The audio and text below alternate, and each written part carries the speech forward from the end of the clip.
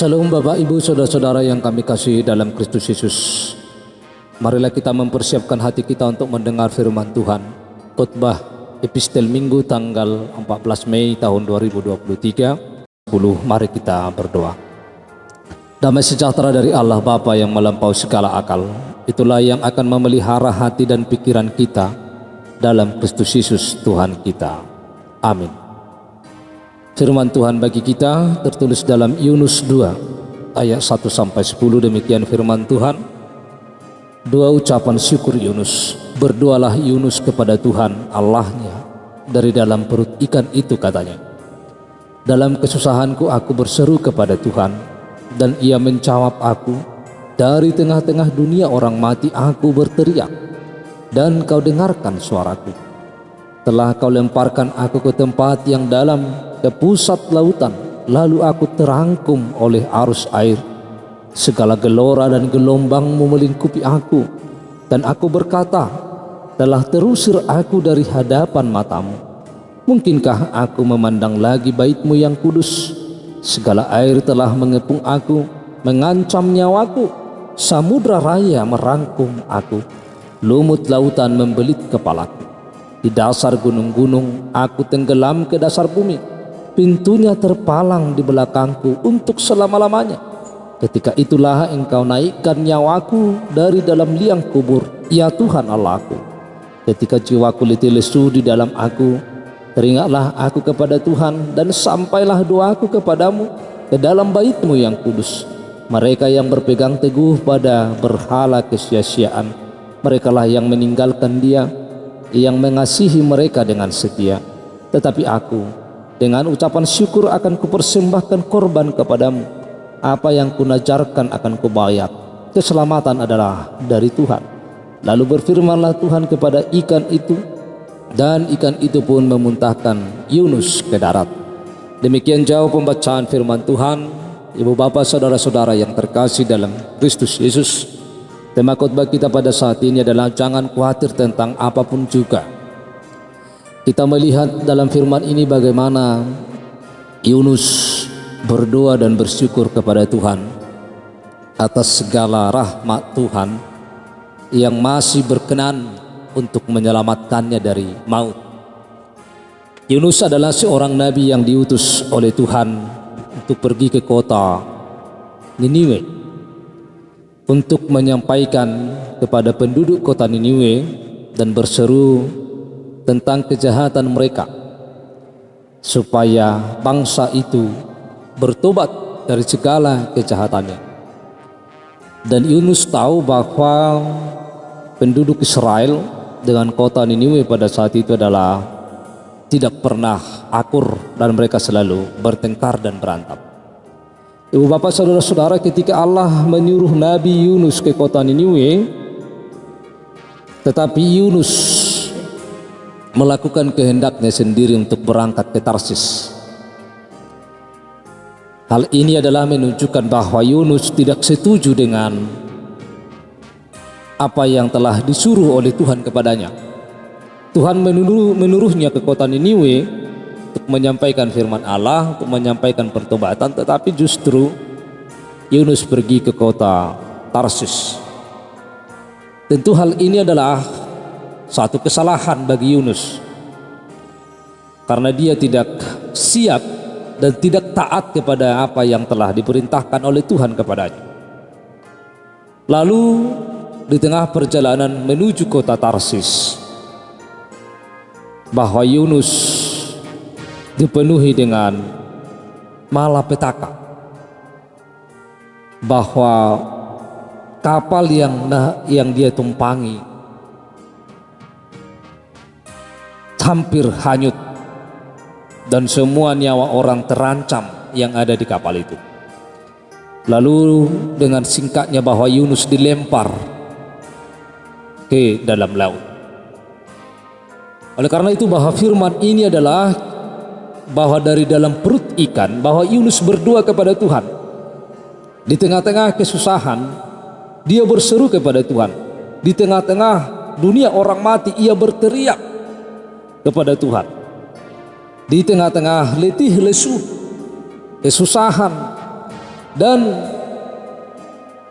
di tengah-tengah penderitaan yang begitu dalam, bahwa Yunus berdoa dan berseru kepada Tuhan.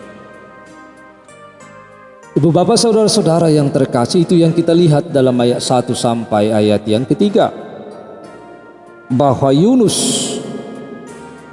begitu menderita di dalam perut ikan itu. Bisa dikatakan bahwa tanpa pertolongan Tuhan, bahwa Yunus akan mati setelah ditelan ikan yang sangat besar itu. Saudara-saudara, lalu selanjutnya bahwa Yunus menyesali segala perbuatannya. Kita bisa melihat mulai dari ayat 4 sampai ayat yang ke-6, bahwa Yunus menyampaikan dan memberitahukan di dalam doanya bahwa segala sesuatu yang terjadi adalah telah menghantamnya, telah mengancam nyawanya, bahkan telah mengepung nyawanya. Dan kehidupannya dikatakan adalah nyawaku dari dalam liang kubur, bahwa dia seolah-olah sudah berada di dalam liang kubur, artinya di dunia orang mati. Tetapi penyesalannya itu di dalam ayat 7, ketika dia jiwanya letih lesu di dalam dirinya, dia teringat kepada Tuhan. Dalam jiwa yang letih lesu, dalam keputusasaan, dia teringat kepada Tuhan. Lalu ketika dia teringat kepada Tuhan, ini membawanya bahwa dia adalah telah sadar bahwa dia salah.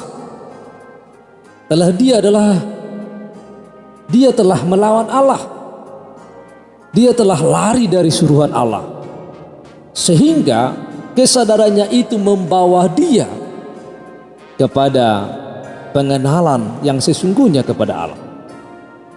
Lalu pengenalannya yang sesungguhnya kepada Allah, lalu dia sampaikan di dalam doa kepada Tuhan. Lalu doanya didengarkan oleh Tuhan. Dikatakan dalam ayat 7, ketika jiwaku letih lesu di dalam aku, teringatlah aku kepada Tuhan, dan sampailah doaku kepadamu ke dalam bait-Mu yang kudus. Ketika dia sadar akan segala dosanya, sadar akan segala perbuatannya, sadar bahwa dia menolak suruhan Allah, bahwa ada konsekuensi yang harus diterimanya. Tetapi ketika dalam kesadaran itu, dalam letih lesunya, dalam kesusahannya, dia berteriak dan berdoa kepada Tuhan, tentu bahwa ini adalah berdoa dari hati yang paling tulus. Dia akhirnya diselamatkan oleh Tuhan.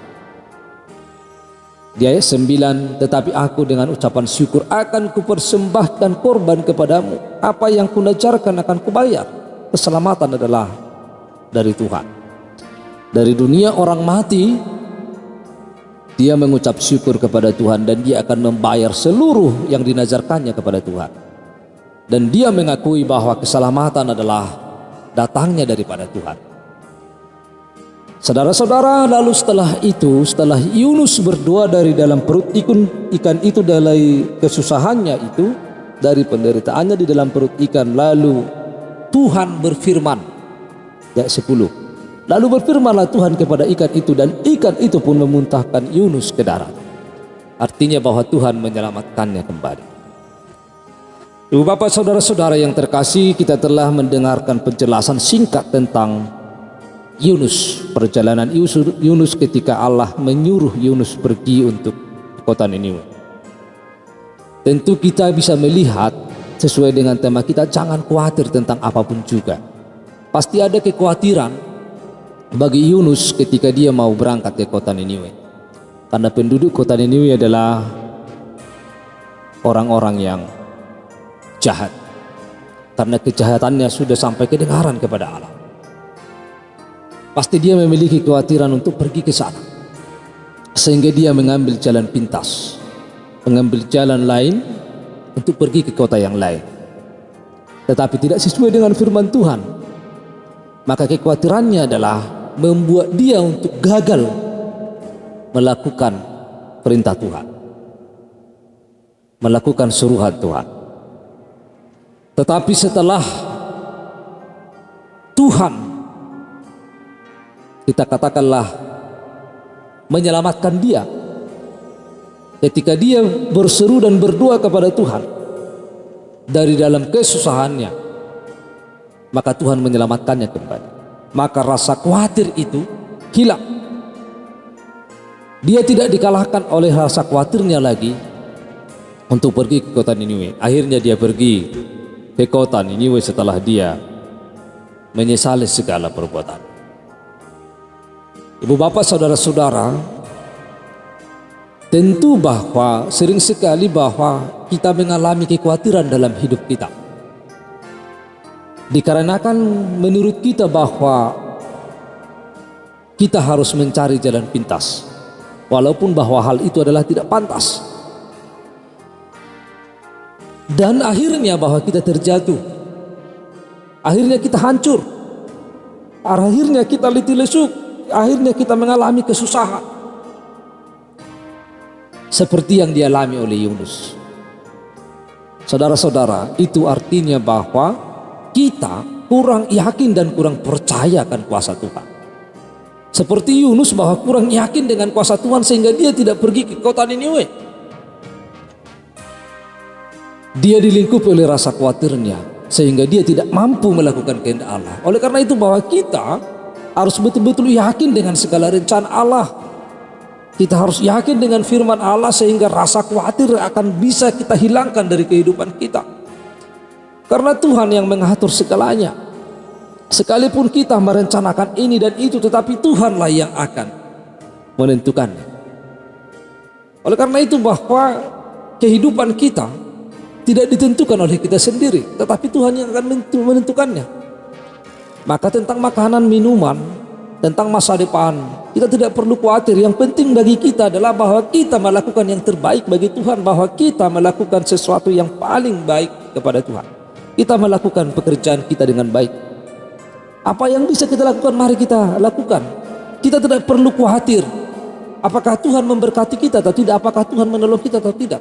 Kalau kita melakukannya, segala sesuatu yang kita lakukan adalah untuk kemuliaan nama Tuhan. Yakinlah bahwa Tuhan akan mencukupkan segala sesuatu bagi kita.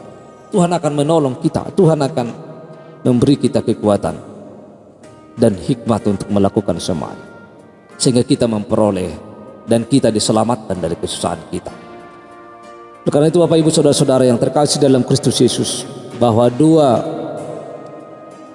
orang yang susah, dua orang dari kesadarannya, dua orang yang mengenal dirinya, dua orang yang mengenal kuasa Tuhannya, dua orang yang beriman kepadanya, bahwa Tuhan akan mendengarkannya dan menyelamatkannya.